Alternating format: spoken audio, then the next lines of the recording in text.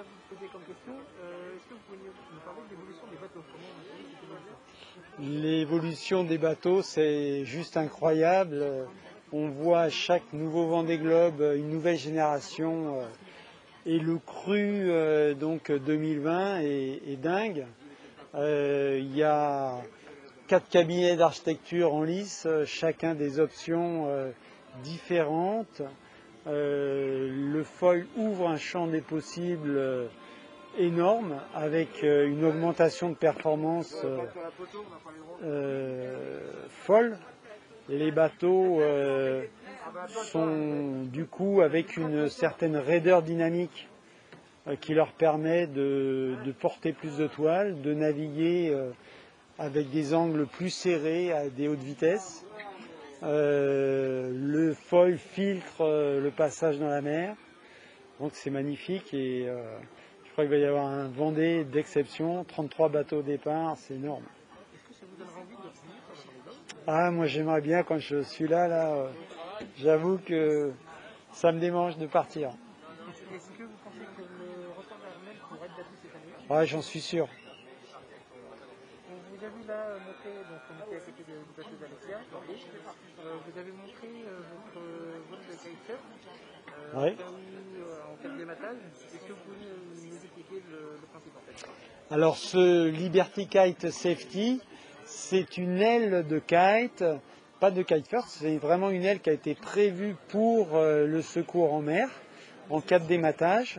C'est une aile toute simple qui n'a pas besoin de pompe pour être gonflée, qui est contrôlée juste avec 2 cordages sur le bateau et qui sont à disposer de manière perpendiculaire à la direction du vent. Et le kite va se débrouiller tout seul, mais c'est pas comme un cerf-volant qui va tirer dans le sens du vent, c'est une aile qui va tirer perpendiculaire au vent. Donc avec un voilier, on peut même espérer faire du près. Et ça marche aussi au portant, parce qu'au portant, on va le laisser faire des petits mouvements de 8. Donc ça pèse 2 kg. Bah là, voilà l'aile que je viens de montrer à Alexia. Et grosso modo, en un quart d'heure, on l'a installé et mis en l'air. Au niveau du Vendée Globe, est-ce que vous avez des souvenirs que vous pouvez nous raconter? On se souvient de l'aventure au Japon. Ouais. J'ai un souvenir aussi, moi, le pigeon voyageur. Ouais. Je faisais partie de l'association communautaire qui avait récupéré les pigeons. Ouais. Ah oui, bah, c'est-à-dire qu'en remontant dans l'Alizé du Nord-Est, très au large des Canaries, avant les Açores, j'ai repéré des pigeons qui étaient en l'air et qui s'approchaient et qui ne savaient pas trop comment arriver. Je sais par expérience que c'est très dangereux parce qu'il y en a déjà, j'en ai déjà vu tomber à l'eau et mettre à plat, ils n'arrivent pas à redécoller un pigeon. Et donc, ils ont réussi à se poser et je les ai gardés à bord.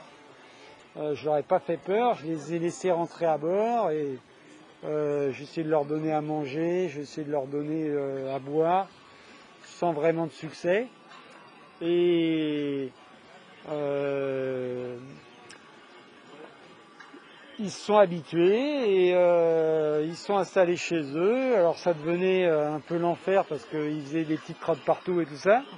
Et puis comme il y avait du gros temps d'annoncer, j'ai fini par les mettre dans une caisse à libère de 60 cm par 30 cm par 40.